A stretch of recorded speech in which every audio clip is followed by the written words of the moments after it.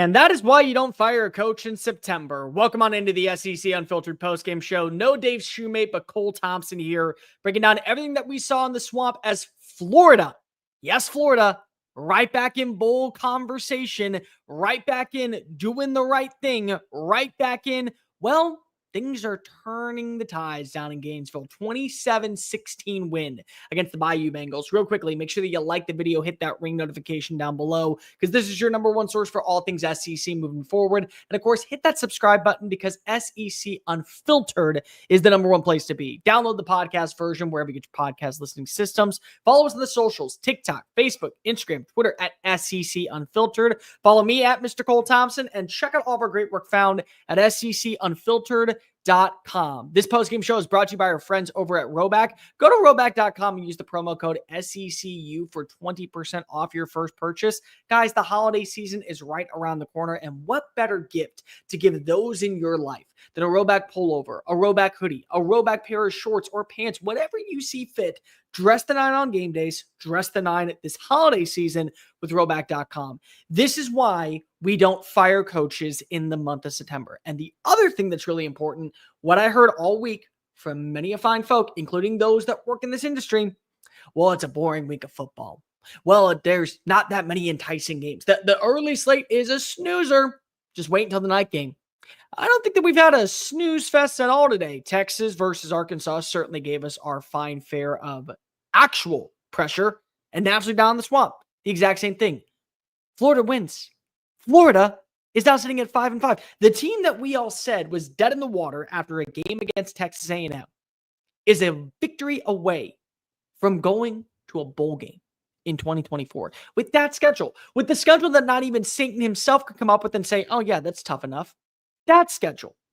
And Florida is actually in the conversation. They dominated this game.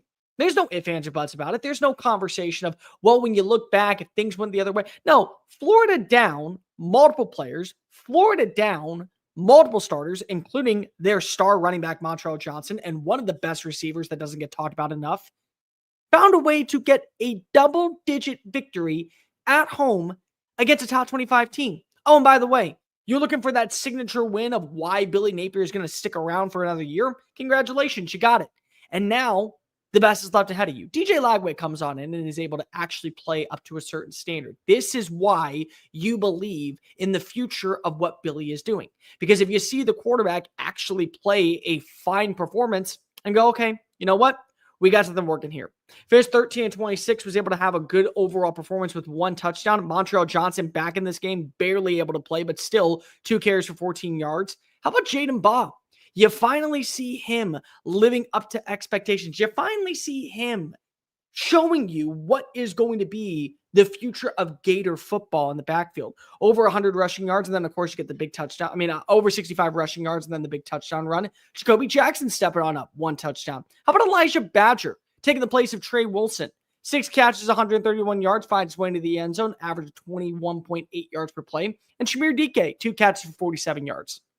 What I thought was really interesting about this game was that even though Florida wasn't able to capitalize on every single big-time play, they still had the momentum on their side. You watch as their defense stepped on up, and eventually we were going to get that performance where Florida was going to beat the better opponent. Don't kid yourself. Yes, did LSU last week look embarrassing at home against an Alabama squad? Yes, they did. Did they still find a way to be able to show up at times? Yeah, they did. But naturally, this is a Florida team that has shown you throughout the regular season, really after that Texas A&M game, go back to the Mississippi State performance, they're there for their coach. They're there to play for Billy Napier. And that was a big selling point for me whenever the conversation went on with Scott Strickland. In fact, if you go back a couple weeks ago, I was probably one of only a handful of people that agreed with the decision to keep Billy for another year. Why is that?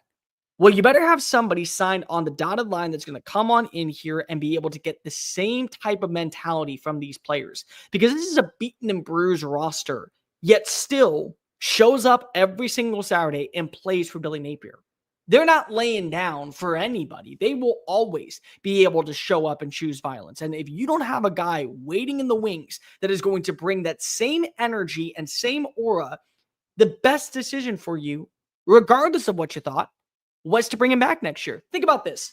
The buyout's not only $26 million, but in an NIL revenue share split, You naturally are going to have to use some of that money to pay out his buyout that could have gone towards recruiting, could have gone towards the transfer portal, could have gone towards fixing the problems internally by opening up the paycheck and eventually giving him a blank check that would have easily solved a lot of problems. Now, Billy, again, is still 4 games under 500. Dan Mullen was fired 15 games over 500 because if he didn't want to get into recruiting. So now you have to put an emphasis on recruiting being your backbone. But you saw today in the fourth quarter as Tom Petty's "I won't back down" lived up to the hype because the Gators didn't back down. They put together a performance that you will remember. And in fact, this will be a moment for a lot of Florida fans if Billy ends up fixing the problems, ends up being the right guy. You turn around and say, hey, remember when we beat LSU? For the first time in 7 tries, we actually got the job done. We found a way to not shoot ourselves in the foot against a quality opponent in our backyard, and we lived up to expectations. Yeah, that's fair. And you know what? Shame on me. Shame on me for not picking Florida to win. Shame on all of us for not picking Florida to win, because this was an easy trap game. Easy moment to where LSU could have woken on up and won this matchup, 2 hands tied behind their back and both eyes closed, if they weren't playing a Florida team that was dangerous. There is something about the danger of teams in college football that truly have nothing to lose, that make them a threat. That's what you saw on Saturday. Team that had nothing to lose. They lose this game, what happens? Okay, well, we're 5-7 more than likely on the year. We're not going to a bowl game. We already knew that our coach was getting fired. Now we got to fix the problems in the offseason. Easy for us to doubt. Except it isn't. Because those are the teams that you have to worry about. The rabid dogs that are backed into a corner that realize this is our last shot to salvage our season. You go back to the beginning of the year and say, hey, Florida is 6-6. Most people would look at you cross-eyed and say, okay, and Billy Napier is going to keep his job, right? Yeah, both are true. Both are. There's a very good shot that they win at least one more game. Florida State, they fired their entire staff, basically. You're getting a free restart down in Tallahassee. You should walk into that game with an easy W and then find your way into bowl eligibility. That's what should happen. Now for LSU. What was that? Seriously, what was that? People have to realize that even though it was a long shot, very, very long shot, they had to have a couple of things go their way. LSU had a shot to go to the college football playoff at 9-3, because if they would have gotten into the college football championship with the SEC title game, and if they would have won that game, they would have been 10-3, the conference champions, and more than likely get a first round bye. They would have had that. All they had to do was control their stakes. What happened today? Because the offensive line that I remember watching this past year keep Garrett Nussmeier upright allowed 7 sacks.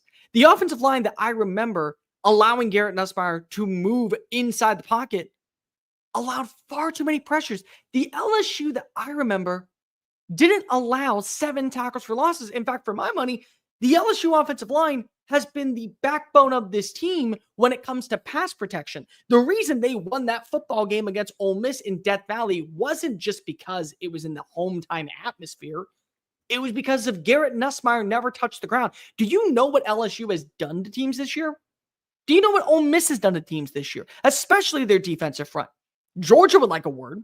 South Carolina would like a word. They were down 14-0 within the first 10 minutes because of that defensive line. And LSU stopped them. But Florida, a team that literally we've been questioning where is their physicality in the trenches, beat the brakes off of you. That's really the storyline that I don't think enough people are paying attention to. 7 sacks, 7 tackles for losses, 5 padded pass breakups, 2 fumbles, 1 loss, 3 fumbles, 1 lost. How do you play that type of game knowing that the best is still ahead of you? And now Brian Kelly, he has to look in the mirror. See, the problem is that Brian Kelly opened his mouth at the wrong time.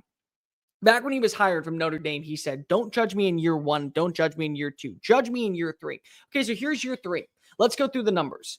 You barely squeaked by against a South Carolina team after they blew a 17-0 lead. You lost to a USC roster that benched the quarterback that beat you. You didn't prepare mentally for a mobile quarterback against Texas A&M when they went to him in the third quarter. You didn't prepare during your 2 weeks off against Jalen Milroe, and Alabama has owned you in Death Valley. When they say dreams, this is a place where dreams truly come to die, This is the one team that you have to throw an asterisk next to because they just get warmed up. And then you play this game against a quarterback that was dealing with a hamstring injury that 2 weeks ago was carted off. And we all thought he was done for the year. And you lose by 11 points to a team that was allowing over 270 passing yards, to a team that struggled defensively at times. And they woke up and they look like the enforcers. They woke up and they look like the team that want to be out there. They woke up and looked like the team that deserved to win this football game. If LSU wins, they won by the sheer dumb luck and unfortunately some bad timing by Billy Napier. Because if LSU did not look like a top 25 team, and I'm not saying that Florida did. What I am telling you is that now this is what we have to judge Brian Kelly off of. He said, judge us in year 3. So let's judge him. Right now, he has back-to-back seasons where he doesn't get double-digit wins during the regular campaign. He does have a Heisman Trophy winning quarterback. He does have multiple players off to the first round of the NFL draft. And he's going to have more this year. Will Campbell, still a top 10 pick. You look at Kyron Lacy, if he decides to go out, probably a top 40 pick. Emory Jones, probably a back-end top 40 pick, if not a top 32 pick. Brian Kelly lost fans last week when they laid the goose egg, and then he comes out and says post-game, at least our kids didn't quit. People don't want to hear what you did or didn't do. Your governor is making fun of your Tigers and saying that at least one Tiger showed up to the game. That's what it is. That's what it is at this point. So let me ask you, what do we have to judge? What do we have to say? Because it does feel like, at least at this moment, we're looking at a Brian Kelly that needs to fix some things. And I'll tell you what, you do bring in Bryce Underwood this offseason. That's going to be a big move. You know that you're going to probably upgrade at quarterback. Garrett Nussmeier is who he is at this point. But that's not enough. That can't be enough. You have to do so much more than that if you want to survive. And more importantly, you have to do more of that if you think that it's good enough to get you into that conversation of being back into the national championship, back into the conversation about being a team that can easily hold its own against Alabama, against Georgia, against Texas. Those teams are now going to the playoff. What are you doing? You're sitting at home wondering what could have been. For Florida, this is a game to remember. And I'm not saying that Billy Napier is the long-term guy. He may not be. We have no idea what he's going to be at this point. But it does feel like this is the catalyst that pushes you ahead. Everyone gets that signature win. And then you realize, hey, 2 or 3 years down the line, this is where things culminated. This is where we got back to our roots. This is where things got better. And that could be it. Top 25 victory against an LSU squad that was struggling, that still had the best ahead of them. And you look like the more superior team. This could be it. This also could be a moment that we just look back and say, well, Billy got one when he probably should have gotten a dozen more. That's for the team to decide. You get Ole Miss in a week, then you get Florida State. I don't know if you can beat Ole Miss.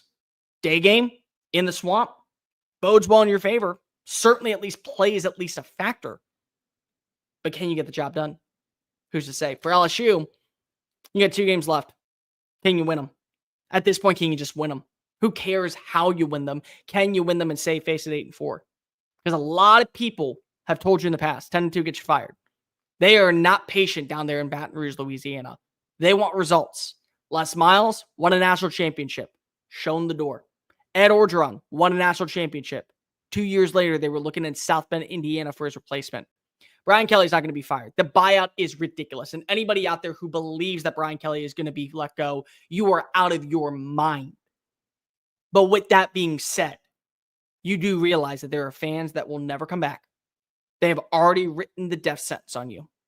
How do you make sure that they're the ones eating crow and not the ones who are right? Let me know in the comment section down below. What are your thoughts of this game? Florida now a victory away from bowl eligibility. And for LSU, who the hell knows where they turn next? Like, rate, review, subscribe. Make sure that you're following us on all the social channels, TikTok, Facebook, Instagram, Twitter at SEC Unfiltered. Download the podcast version of the show wherever you get your podcast listening systems. Follow us on the socials, TikTok, Facebook, Instagram, Twitter. Follow me at Mr. Cole Thompson on all the same. And check out all of our great work found at secunfiltered.com. Florida, 27, LSU, 16. A game that we probably should have expected, but yet somehow didn't. Peace.